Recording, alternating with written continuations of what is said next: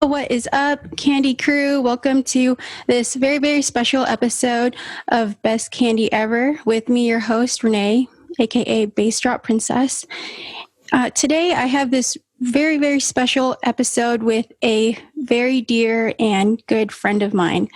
She is an amazing rave fashion model and also a fellow festival goer as well as a fellow basshead. She is a great influence on the EDM community and often speaks her mind without caring about what other people think, and is honestly one of my favorite voices within the EDM community. So please welcome Kianas.gram, aka Kiana. Hi guys, how are you?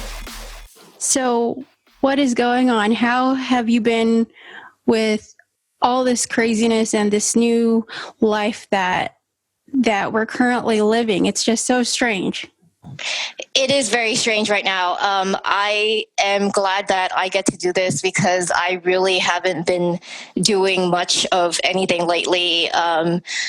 And this is like a fun way to interact with you and my fellow followers and my EDM community. So I'm happy to be here. But yeah, I think that we will get through this, and our first rave back is going to be so amazing. And I don't know, I'm just so excited for it. Yeah, definitely. I think that with everything that's going on, there is a lot of time to think about certain things, but also we're just handling life a lot different. Like you said, this is a great way for you to even interact with your followers or for them to learn a little bit more about you. So with everything that's going on, what do you think is something that the rave community can do besides having like these like virtual raves? Do you think that there are other things that the EDM community or festival goers like us or whoever, like what else they can do in order to bring us all together? I like this because I feel like this is really giving us that in-depth conversation. But do you have any other suggestions for other like creators out there, any other companies? I mean, I think this is a time where we have to get creative with everything that's going on. And I haven't made candy in a while, I'll admit, but maybe this is a time to virtually make candy over FaceTime, or, share some music with your friends that, they haven't heard, or bring, bring some new music and share it with your fellow ravers through your socials, through just your friends, by sharing them through FaceTime or calling them, just checking in on people. And you really just have to get really creative during these certain times. And I'm usually more of a creative person in that sense. I've been making candy since I was 2015 when I started raving. But oh wow, it's a long time.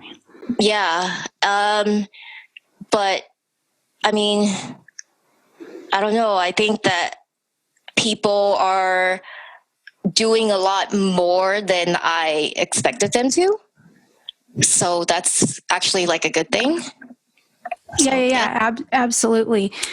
You mentioned that now is definitely the time to get creative.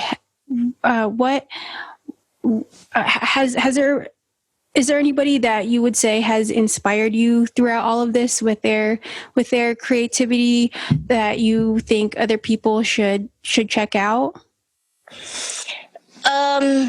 I definitely think that a lot of the ravewear companies are expanding their creativity by going into more of the swimwear and the activewear, and just going more towards loungewear and things like that to expand their brand, to expand their creativity. And And right now there's no rave, so it's hard to just have rave wear. So Right. I think that's, something that we're going to see a lot more of, which is nice because we want to be able to support all these small businesses. We want to be able to support our friends and, during these crazy times. Absolutely. I think that supporting especially small shops by like one to, however little of a company they are, I think is really important now, especially financially. But I think that those smaller businesses do work really hard. And there's so many of those in the community. And I just want to give them props for just being so vigilant throughout all of it. Right. Unfortunately. I'm seeing more and more creativity with like accessories and like, clothing and just everything, like even like candy, because people have more time to make candy. And I'm so like proud to be part of this community. Absolutely. I think it's definitely one of the best. And you mentioned candy, and I think that candy is so freaking special, and it just has so many different memories attached. So can you actually go over one of the best candies ever that you've received at a festival or a show, and just tell us a little bit about that candy and your experience with it? Well, I started raving in 2015, and I started making candy at the end of 2015, beginning of 2016, kind of like just discovered it on Instagram, like these candy kids that were just making all these like amazing pieces. And I'm glad to say that like I was a candy kid, because I don't necessarily think I am a candy kid anymore. I started out raving as a candy kid. I still do trade some, but not that much.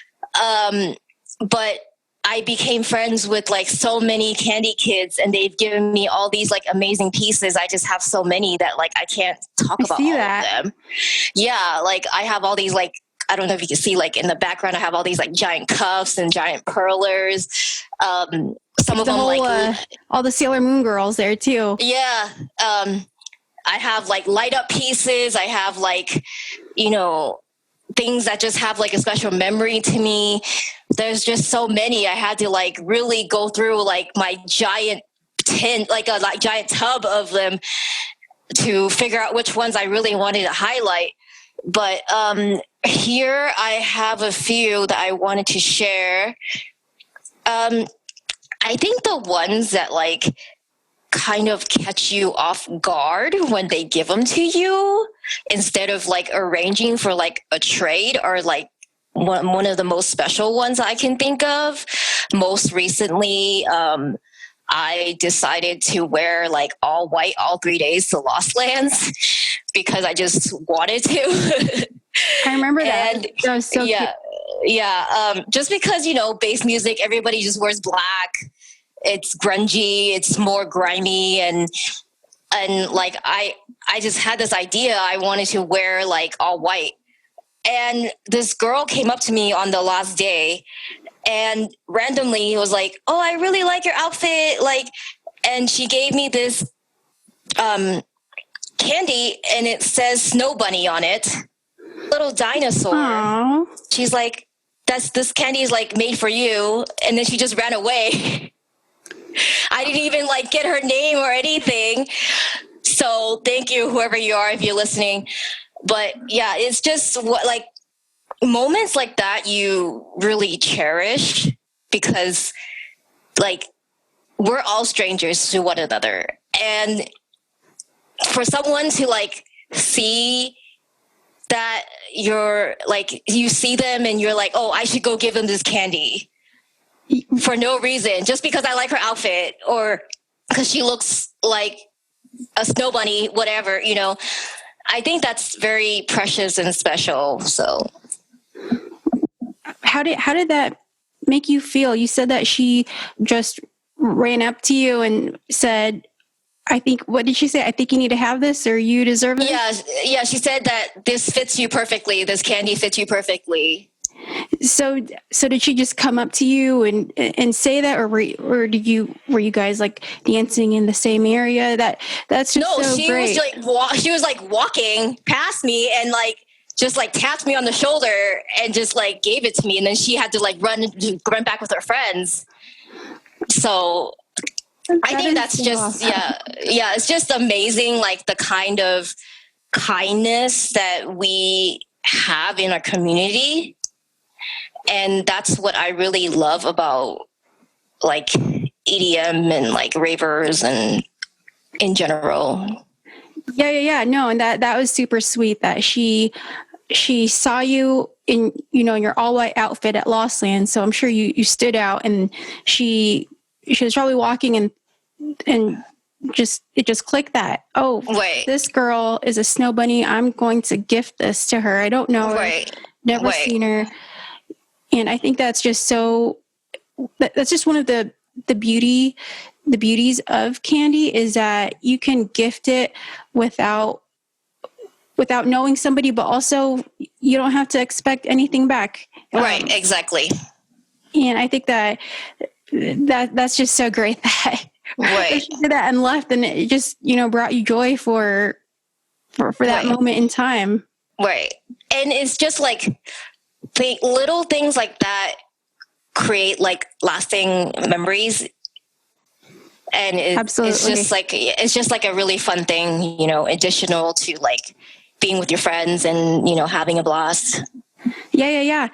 Before you go to festivals, do you and your friends like have a candy party, or do you make candies at home to trade with people, or do you pick certain candies from your current collection and kind of choose which ones you want to give? Kind of tell us a little bit more about that. So I used to make candy before every show, but I've made so much that like I've collected a bunch that I've made over the years and I would just go through and pick out the ones that like I felt fit for like whatever show or like festival I was going to. Like, for example, I would have like a bunch of ones for like EDC or, Escape, or a bunch of like different ones with different artists. So like if I'm going to a show and I'm seeing a certain artist, I'll bring like certain ones that have that artist because I know they like the same artist as me. So that's how I normally go through and pick like a few here and there to give out. Yeah. That's so cool. I do kind of the same thing if I know that I'm going to a themed festival. For example, Escape. I made a whole bunch that said some Halloween like boo, or the typical like Escape. I think I made one that said Scary AF. Something like that. Something to kind of match the theme of the festival. Right. Yeah. I think like if you give somebody something that's like themed to whatever festival it is or show, it's a reminder to them also of how much fun they had at that show. So yes, absolutely. I think that when they create it, it also shows that they really took the time to prep and get ready for that festival or show and kind of make it a really memorable experience by creating something physical. So they, pretty much manifested this idea or this pattern, candy design, whatever, in their minds, and put it on and decided, hey, I'm gonna wear this. This is cool. I'm gonna make some new friends at the show or festival. And I think that's just so great, knowing that you're making this to gift to somebody. Right.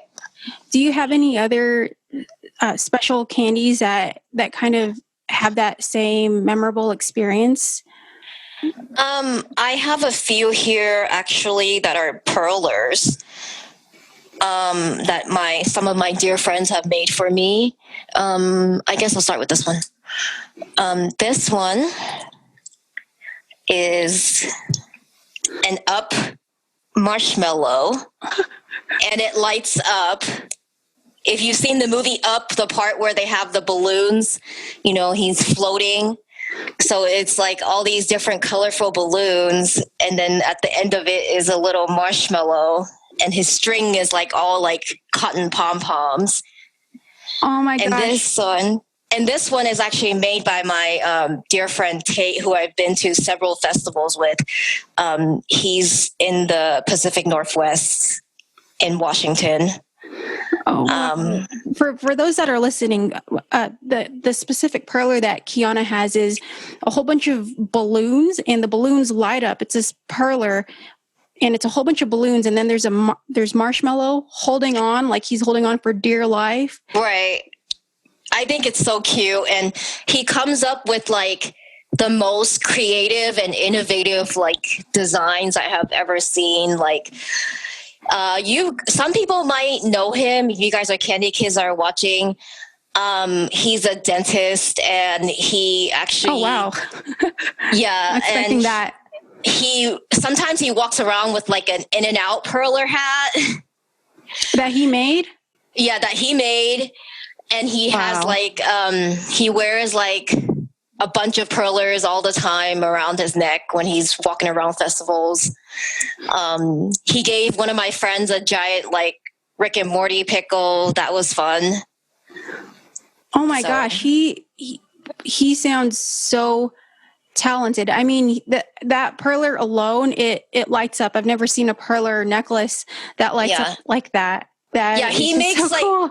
He makes all these crazy ones where like they like have like mechanics where it spins around in the front, and like he's made one with like there's like a toy race car inside, and you move it to like move the car around the racetrack. His creativity is like insane. That is some awesome perler candy engineering right there at its best. I'm gonna put this on. There we go. Oh, that is so cute. So so you mentioned that this is your friend. Were you guys at a shore festival together, or did you guys just run into each other when he gave you that? He actually gave me this at EDC 2 years ago. Oh my God, that is such a great gift. Yeah. That is so cool. You know what? Does he have an Instagram or anywhere people can follow him and check out some of the candies that he's made? Does he showcase them like that or anything? I believe he deleted a lot of that stuff off of his page right now. Oh, darn. Okay. So, but if you have been around in the Kandi Kid scene for like the last like 3 or 4 years, you guys probably know who he is. Yeah. Okay, awesome. Yeah. I have to give props to these Kandi kids.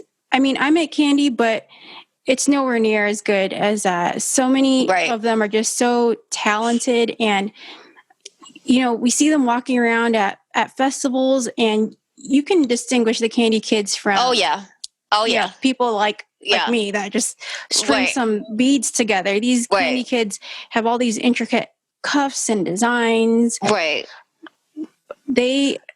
When I think that when they give you something of that greatness, it for me, it makes me feel really special because it's not something, I guess it's out of the ordinary, and you could see all the effort and the work that they put into it. Right. It really blows my mind the amount of creativity that like these Kandi kids have.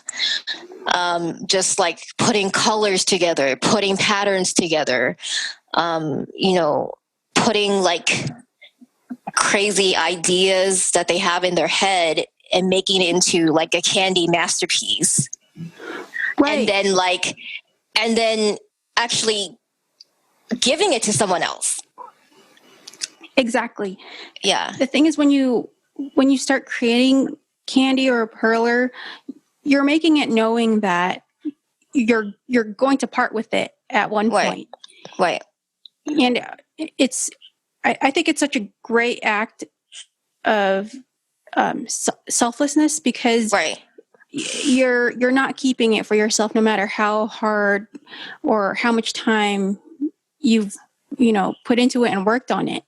So Right. That's one of the reasons I really love it, and it's just so inspiring when I see people plurring or Right. things like that. Yeah. And I do think that we need to bring more awareness to candy kids and their craft, because I feel like a lot of the new school ravers don't know much about it, and they see it and they're like, oh, that looks so cool. And then they're like, well, how do I get one? Because they want one, right? Because they want one because it looks cool. But it does take, time and effort, and it's not just like, something you just give away for free just because someone asked. It's more like you have to vibe with the person, you have to, have a special moment with the person, bond. And that's what makes it memorable, because I feel like if you just, like, someone asked you and you just gave it to them, it doesn't really mean anything, if that makes sense to you. Sure. I agree. I think that you definitely need to have some type of connection. Not just that. I think even just like maybe riding the same wavelength of vibes, Right. I had a friend who told me about her shitty experience at EDC with a candy. So she saw this guy with this really dope cuff on, and she was like telling the guy that it's so dope, it's great, Right. it's so intricate, and she really loved it. And she asked if she could have it, and she told me this, and in my head I was like, well, it doesn't really work that way. I guess you can ask, but it's usually gifted to you, Right. And so I guess what the guy had said was, sure, for $5. Oh, and wow. When I heard that, I was like, that is, I mean, no tea, no shade. You can sell your candies. That's fine. It's your candy. But that is not, there's, I didn't feel like there was any PLUR in that. There was no special moment. Right. It was mostly business. And I don't know if that's what his intention was, if he takes a whole bunch of candies and he sells them, like, sure, okay. But I don't think that they necessarily had, I don't think they were riding the same wavelength, and maybe beforehand when she was connecting with him, telling him that the candy was amazing and so cool. Otherwise it turned, in my opinion, it turned sour pretty fast. Yeah. But the usual way of trading involves PLUR. Right. For those that don't know, can you tell us what PLUR is? PLUR means PLUR, and that stands for peace, love, unity, and respect. And there's usually a handshake kind of thing where you do with that. So if you want to do it with me over the screen, we can do it. Sure. So we can show people and describe it for those of you that are listening. Say, ready? So we go peace with our two hands, with the middle and index. Like a peace sign. And then we go love. We make like a half a heart and match it to the other person's. So it would look like that. So like this. Like, yep. A heart shape. Mm-hmm. And then we go respect. Where you do hug. You have to. Okay. And then we just put your hand up together next to the other person's. And then you clap your hands together. And then love is you trade the candy. So you're moving the candy, your bracelet, towards the other person's hand. And then if they give you something back, it's an exchange. And then you give them a big hug. Right. Yeah. And it's so great because it really cements that bond that you guys had created, going from peace, love, unity, respect, and then that that transfer of candy, Right. I think it symbolizes this transfer of love. Right. Once you're doing it. And I'm not sure how it is with you. I want you to share how your experience is after. But for me, whenever we transfer candy and we both look at the candies all excited, we normally, the person that I'm normally trading with, we hug. And if we really connected, we get each other's like socials information so that we can connect in the future. How are you when you trade with someone with that you had just met? I always like look at the candy afterwards, and I'm always like amazed at what like the other people like pick for me, because normally it's like you don't really know that person, right? You just vibe with them, and then you're trading candy. So to see what the other person thinks of what your personality is, or what they feel like would fit you, that just like the the story with my snow bunny candy, Right. it's really neat to like see what other people think of you, and like to match the kind of candy that they give you. It's always fun. Yeah. Totally. I agree. My favorite is when before they trade you, they always look at their arm and they're like, I have a really good one for you. I want it so special. Oh yeah. And they just hype you up, and it definitely hypes me up, and it gets me really, really excited. Right. What are some other special candies that you've received? I know you have this massive collection. Oh yeah. Well, speaking of massive, I don't even know if the lights work on this, but it lights up. I'm gonna This also lights up. Oh my gosh. Yeah. Oh, one of them works. Okay, here we go. I'm trying to like turn it all on. So tell us exactly what this is. This massive piece is like bigger than me. It's Sailor Jupiter. Those of you who don't know, it's a cartoon, an Asian cartoon anime from like the 90s that I'm obsessed with. There's like these characters. The show is called Sailor Moon. There's 3 of the Sailor Scouts on here.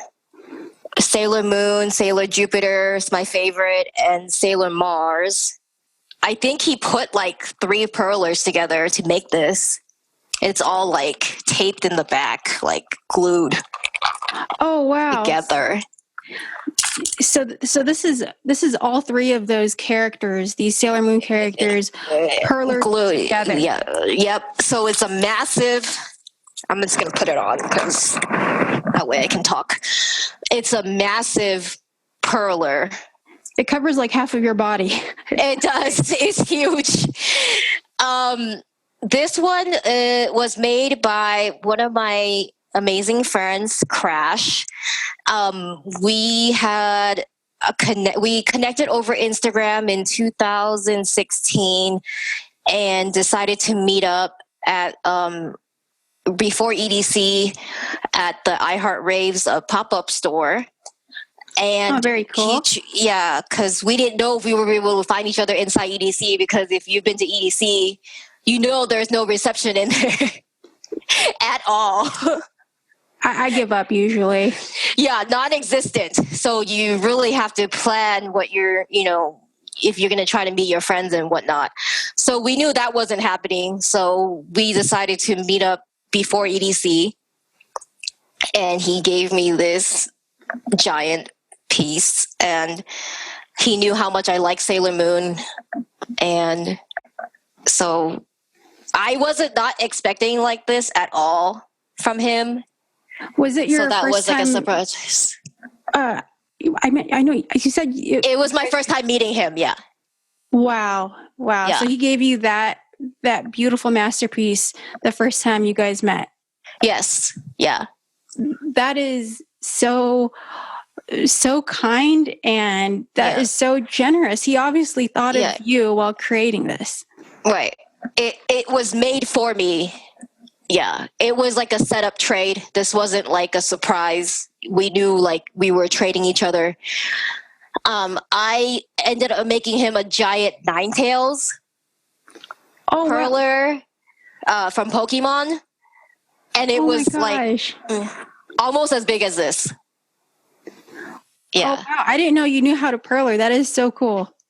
I do. I just don't do it often anymore because it just takes so much time. Cuffs are another thing, though. I don't know how to make cuffs at all. Me neither. You and I both. I wish Yeah. I could. It's like another language, but it's so Yeah, cool. it's very intricate and it's just hard to make. But I applaud those that do make amazing, amazing cuffs. And I do have some that I wanted to talk about as well. But Okay, cool. yeah, so this is the giant perler that he made me. That Did he mention how long it took him to create that? Because there's a lot of detail, because the Perler is 3 full body characters. Right. I don't know how long it took him, but I know like he makes these giant perlers all the time, and it takes him like onwards of days to make like one piece, because you really can't make, those of you don't know, perlers are these little tiny plastic beads that you put over a pegboard, and then you either look up a design online, which there are tons of, or you can create your own with the colors.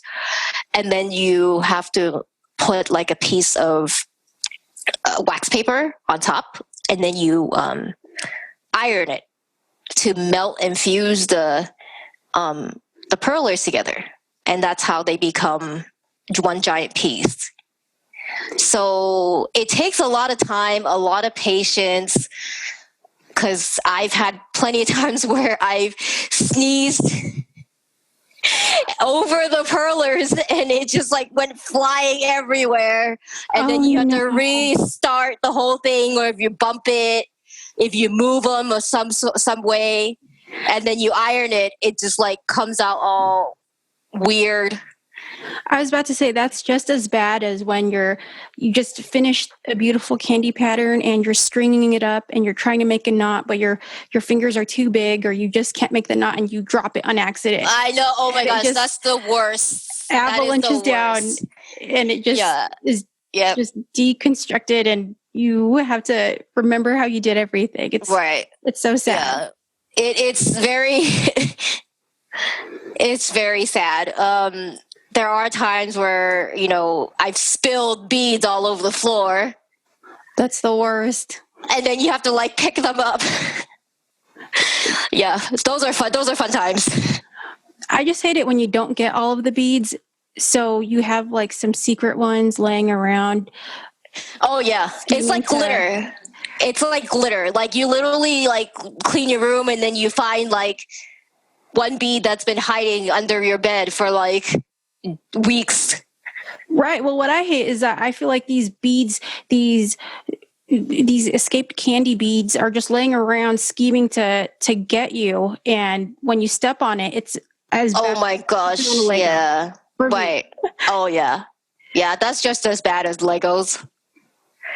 Yeah. So I had no idea that you even knew how to perler. That is so cool. When you created that Ninetales perler for your friend that created this perler for you, how long did that take? I want to say it took me about, I was working on it like on and off. I didn't work on it like all the way through in one sitting. Probably total amount of hours, maybe like 5 or 6 hours. Oh, wow. That's a pretty long time. Yeah. Yeah. And some of these designs are like so intricate. Like you can see that it's not just like one color of like, green that they're putting in. Like there's like different, colors in there. And you have to individually put each one on there before it gets ironed. So it is a lot of work. Yeah, I think that with perlers, what makes it difficult, I've I've tried. I'm not. I would say I'm definitely a rookie. I'm not a pro or anything, but you really have to look at how the colors fade and ombre. Right. And for those types of creations, I think that you really have to be meticulous about where you put certain colors or certain shades to make it. So when it melts, it'll look like a dimension. Yeah. That is so crazy. When you created that Nine Tails Perler, did you have a design, or did you do it from like a picture and you had it in your memory, like you just went off of how it looked in your I was not that great at creating my own designs, so I actually got it off of the internet on Google and just copied it. Yeah. There's nothing wrong with that. I did that for a little. I think I had like a little. I made a butterfly, but it looked like a heart. Yeah, it was so hard, even though it was just a simple. Right. Wow, the whole process is just very time consuming, and like you have to be very patient with it. Right, and because it is time consuming, I think that right now with everything that's going on, this would actually be a great time to pick up and learn how to color. Yep. How to create cups, since a lot of us are stuck at home. Right. I think this is just a time for all of the creative juices to just flow out from you. And really it is. Yeah. I'm actually going to make some more candy soon. So I've got, actually, I decided I wanted to make some PLUR packages for a couple people because we're talking about helping the USPS get some more business. So I decided I wanted to write some letters to people and to make some PLUR packages. So I'm actually picking back up some of my candy stuff that's been in my closet for the last year or so, and gonna pick that up again. And I'm excited for it because I think it's a great way to de-stress and a great way to get your creative juices flowing and just work on things for some of my friends. Agreed. I think that is so cool and so awesome of you. Can you tell us a little bit, for those that don't know, what exactly a PLUR package is? So a PLUR package is when you trade with somebody, but not in person. So this is when you make some, it can be candy, it could be like anything really that you feel like that person would like, and you put it in kind of like a care package. So you put it all together and you mail it to that person. So it's like getting a surprise in the mail for them, because you don't really tell them what you're making. You kind of like ask the person, hey, what's your favorite DJs? What's your favorite colors? You know, things like that. And then you make something according to that. So if I was to send you a PLUR package, I would make like, you know, pinks and purples, like colored, like, you know, candies. And I would put maybe some makeup in there. I would put like, you know, some like little things that I think that that person would like. It doesn't necessarily have to be candy, but it should include some candy because it is part of the culture to trade candy. So that's what that is. And it's just a fun way to get to know people as well, and meet people, and to get some surprises as well. And who doesn't like opening the mail and being surprised at what you're getting? Yeah. I think that is so awesome. I didn't know that it wasn't just candy. I thought it was strictly candy. I didn't know that you include other things that... Some people do and some people don't. So it's just like a matter of like your preference. of like what, like I don't make cuffs. I don't really make perlers anymore. So like in my PLUR packages, I will include some other stuff because I just feel like I need something more to balance it out with the fact that like I don't make cuffs or like perlers. So, you know, it's just whatever you feel comfortable with. Yeah, it's like, here's this other amazing thing to make up for my lack of perlers or cuffs. Right. There's nothing wrong with that. I think that's so cool because you're still putting so much thought into what that other person likes. Right. With these PLUR packages, do you, in the past, have you sent them out to people that you didn't know, or did you meet them before, or did you already know them? Some have been where I have never met them, and some have been where I have met them. That is so cool. Are you doing that? I know you said that you're going to start, or you're planning on starting sending out PLUR packages. Are you going to be doing that with any of your followers or people that you already know? Or tell us a little bit more about that, because I think that is so inspiring. Yeah, I actually got that idea from one of my other friends, and I'm actually exchanging with her and a couple of my friends. And I put it out there on my Instagram stories if anybody wanted to trade. I got a few responses. I also, if you want to just write a letter, we can write letters. I think like writing letters are fun too. You know, just like reading a letter from somebody from another part of the country or another part of the world is amazing. I have a friend who actually sends me postcards all the time. So that's really fun to like receive those. Which I need to send him back one.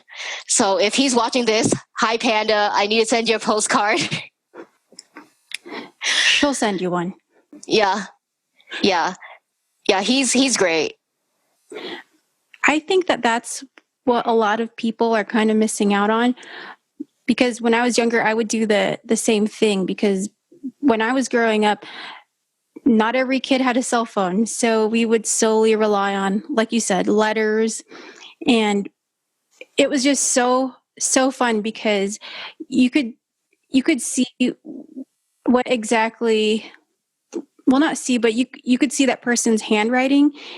And I've heard somewhere that someone's handwriting says a lot about them. So I had one friend who had the most beautiful handwriting. It looked like a font. It looked like somebody typed it out, but she handwrote everything.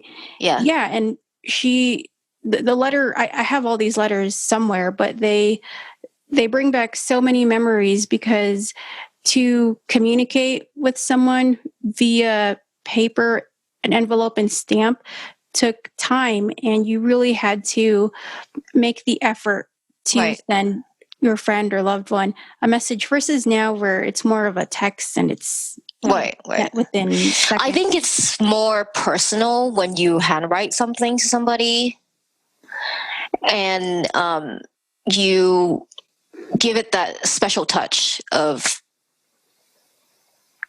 hey, like, you know, I'm putting more effort into it. Right. For me, it's a special touch of you.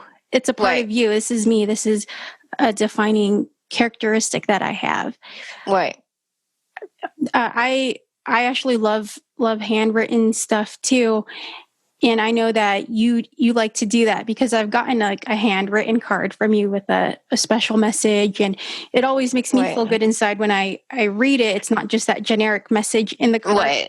Right. It's you and whatever you have to say. And I keep those cards, and I don't throw them away or anything really corny and sentimental like that. I am too. I have like all of my wristbands from all my festivals, and I have like all of the pamphlets from like all the festivals, and I keep a lot of like handwritten notes from people and things like that. And I think it's just a fun way to look back at the memories that you've created with like certain people. Right. In a sense, I think it's kind of like candy, because you have to take that effort and that time to create it and then give it away or sell it, you know? Right. So I think that that's just something that some people will never know about, or handwritten letters. Right. Yeah, I mean, that was the way that everybody communicated back in the old days, before we had cell phones and before we had, you know, TV and like whatever communication modes that we have now. And I think a lot of people don't get that or understand that anymore. Right. Even during high school, with some of my friends, what we would do is during class we would write each other little handwritten notes. Oh yeah, I remember that. Yeah. Yeah, and we would fold it out Yep. all fancy. It would tuck this little part in, so when you pull it out, it like unravels. Yeah. And texting, we had phones, but it was just more fun to pass each other in the hallway and then exchange the little notes. And it would be anywhere from, depending on how much you paid attention in class, it would be anywhere from half a page to a paper that was filled with whatever they were thinking during that period, back and forth. And I actually still have a lot of those types of notes too. And I guess it's bad. It was good and bad. It was good because they were obviously thinking of you and wanted to tell you something. Right. Also, they weren't paying attention in class. Right. So, yeah. But I always thought that was super cool and super fun too. So with everything that is going on, you know, life is strange. We don't know when festivals will be back in full force. What advice would you give to fellow ravers during this time? I would say stay positive. Stay connected to your friends, to the community, and just think of creative ways to bond with people. I know we're all missing that lack of social interaction with people. I never realized I'm an introvert extrovert. So I gotta warn you guys, sometimes you guys come up to me at festivals and I'm kind of awkward. Is because I am more introverted than I am an extrovert. You might see me as an extrovert because of the things that I do on Instagram, the way I am, the way that I act in my stories and whatnot when I'm at a festival. But if a stranger or somebody that knows me, that I don't know them, comes up to me, I'm shy. I'm a shy person in general. So you gotta like give me a little bit of time to figure it out sometimes. But I just never realized how much of an extrovert I am until this. How much that we all need some sort of social interaction with people. And I think a lot of people are realizing that. And it's hard.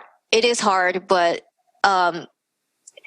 like I said, just stay healthy and stay safe, and you know, things will get back to how they were before. And I definitely. I think what you made some really good points, like staying connected with loved ones, but also sometimes you may seem one way, but you're not. Like saying that you're extroverted, but sometimes when you meet people, you're a little shy. It takes some time to warm up. And I think as we get through this thing, some of us will take some time to warm up, adjusting back to life as it was. And I think that right now you can't expect too much of people, because a lot of us are too shaken up or are trying to cope or are still processing how everything is even going right now. Yeah, I think a lot of us are stressed out about what's going on, and so we need to do some activities that like are going to ground us, and self-care activities as well. Go outside, get some exercise, get some vitamin D. I know I'm definitely missing some of that from being inside a lot, and just try to stay connected but also stay safe. Absolutely. You mentioned self-care. What are some of the things that you're doing to give yourself some of that self-care? A lot of you guys, if you guys are following me on Instagram, know that I haven't been really posting much lately on there because of all these events that have been happening. I think that was part of my self-care during this time, to be less present on social media and more present in the real world. And I think that's given me a lot of time to think about the choices that like I'm making in life, and as well. And it's been nice. It's been nice to not really worry about social media stuff. I think that we all get caught up too much in that world, and it's been a good break for us, for me at least, to kind of take a step back and reevaluate and just use it as I need it. Sure. I think that staying away from social media is one of the top 3 things that a lot of people need to cut back on, especially if you're one of those types of people that get sucked into social media for hours and hours on end when you're not doing anything. Yeah, right. I know when I'm in bed, I used to constantly like just scroll through my Instagram, look at people's stuff, look at ads, look at this. And I think, and then you're late, you're just looking, and then all of a sudden, like 20, 30 minutes later, you're like, where did the time go? And you've literally done nothing. So, exactly. Yeah, I just don't, I mean, I can't speak for everybody, but I think taking a break and spending less time on social media and worrying about likes and follows and things like that have been really good for my mental health. Right. So since you've taken some time away from social media, what have you been doing instead? You said exercise. Is that something that you've been doing to kind of get your mind off of these things, or is that, or is there anything else that you've been doing instead of being on social media? I've actually taken up cooking as a hobby. So cool. Yeah, it's been great. I think I need a bigger kitchen though. Well, what are some of the things that you've learned to cook? I've learned to make crab cakes. And I love crab cakes. They're amazing. I need to make you some. I remember we were talking about that. Yes, please. I've learned how to make steak really well. I've gotten good at like looking up copycat recipes for like my favorite restaurants for like certain things. Yeah, like certain things that I've been like missing, like hot and juicy, like making the sauce that they make and making the shrimp boil at home. Cheesecake Factory recipes, like there's literally like a copycat recipe for every single restaurant dish that you can think of out there. So have all of them turned out pretty successful? I would say 80% of like the things that I've made have been pretty, yeah, it's great. That is so good to hear, because I hate when at least this happens to me sometimes when I try out a new recipe, and when you're trying something out for the first time, you're not aware of things that might go wrong or things that can happen. Right. I remember for the first time the first time that I cooked shrimp, these little baby shrimps, I wasn't aware that they would turn like translucent. So to me, they looked like they were still raw. So I ended up overcooking them, and they ended they ended up turning into like these nickel-sized white rubbery shrimps. And my boyfriend was like, "No, it's still good." As I'm like chewing it, like basically grinding my teeth through it. But there's just certain things that you learn along the cooking process. Yeah. I learned how to make étouffée. What is that? I've never heard of that. So it's a Louisiana dish. Usually it's with crawfish. So it's like a crawfish with like a gravy sauce, almost like a gumbo, but thicker with rice. And it's amazing. I've had it at like restaurants and stuff, but it took me hours of research to look up how to make it properly, because there's so many different people trying to make the same thing different ways. Right. Yeah. And then you're like, I don't know which one to follow. And it didn't taste exactly like the one that I ate at the restaurant, so I was kind of disappointed. But it was still tasty. It just wasn't the same. Yeah, whenever I feel whenever you're trying to do something like a restaurant, there's always that little thing that's missing where it's exactly like, what is it?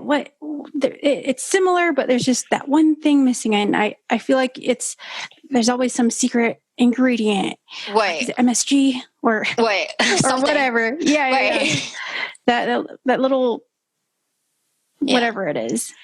Yeah, I'm like always constantly looking on Instagram now or like Pinterest for like recipes and stuff. And my next big project I'm gonna do is I'm gonna make my own ribs. Beef ribs. Yeah. So we'll see how it turns out. I'll keep you guys updated. Yes, I'm ready for some Chef Kiana. I know you cook a lot too, so.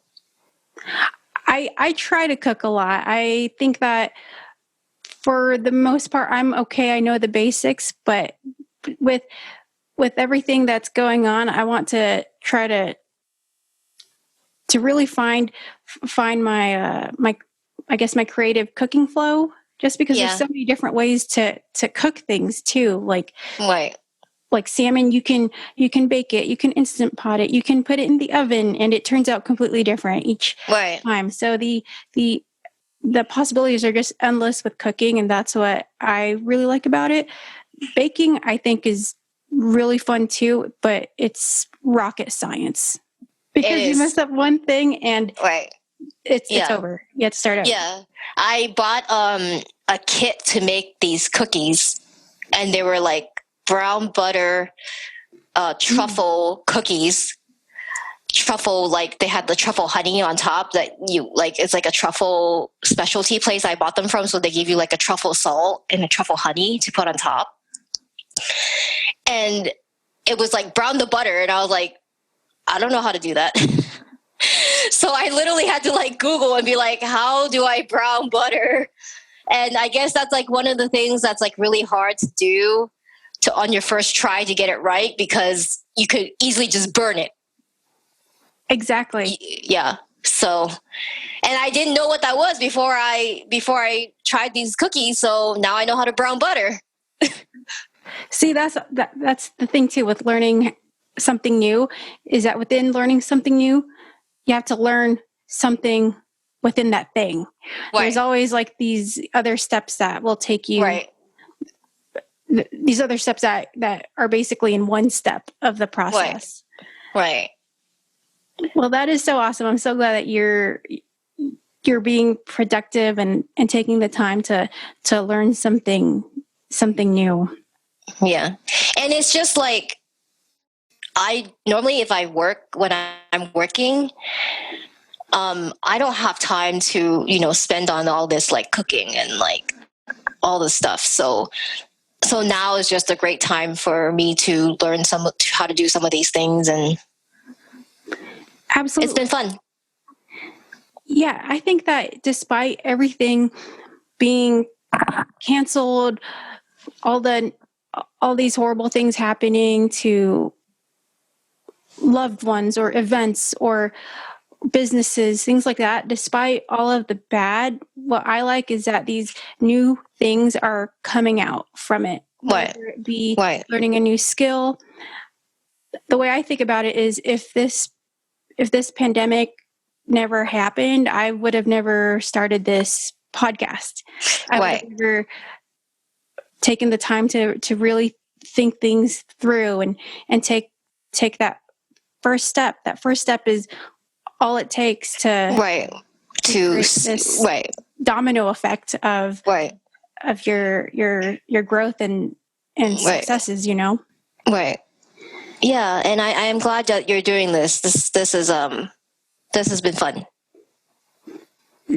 Thank you so much. I think it is super fun. I loved learning about all of your cool candies, your gigantic Perler masterpieces from your very creative and talented friends. So this place, Best Kandi Ever, is just somewhere that I want other people to connect like how we are. And of course, in future episodes, I definitely want other people to come on or share or just send me their pictures of the candies and descriptions. If you guys want to do that, please feel free to DM me, send me a message on Instagram or Twitter. I would absolutely love to learn and hear about and see all your different candies. It's just opening up this nostalgia with festivals, and it's something that just makes you feel good inside. And I'm really, really glad and honored that you have decided to come on. I appreciate you so much. And I appreciate the fact that you thought of me for this. I didn't realize that you didn't know that I made Perlers. No, I didn't. So that's why I was like, this is so great. I've never actually, well, I don't think we've had the conversation, but also whenever we talk about festivals, we're always planning out, artists to meet up at, or what festivities we're going to do, what time we're going to get there, or et cetera, et cetera. The pre-festival activities, I feel like we're always so busy with work or with taking care of whatever that kind of gets lost in the mix. So yeah, we definitely need to do a candy party. I need to find all my Perlers and stuff, and I would love to. I haven't done it in a while. The last time I tried to make a Perler, I used a flat iron, and that didn't turn out so great. So yeah, you definitely need a regular iron for sure for that.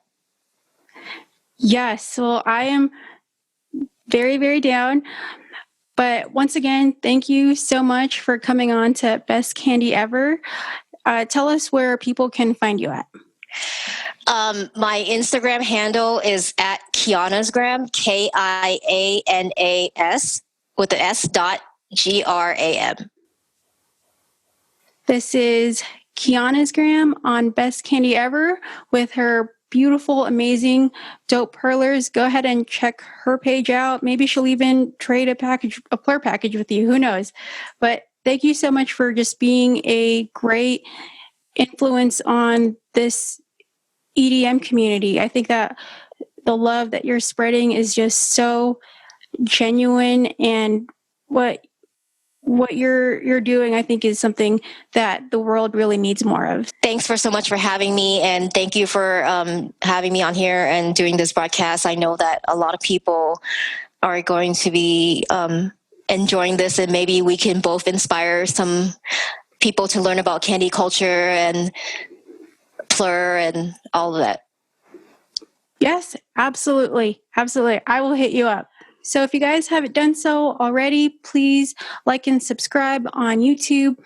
Also, if you guys can please do me a huge favor and rate and review this podcast on iTunes, I would really appreciate it, and that would help Best Kandi Ever out so much. Also, I am on Instagram, so give me a follow at Bassdropprincess. So thank you so much, Kiana, for being on Best Kandi Ever. And if you guys have some cool candies to share or some awesome memories with trading, please send me a DM at me on Twitter. I'm on Twitter too, at Bassdropprincess. And we can just share and connect and talk about one of the greatest things that connect us the most besides music, candy.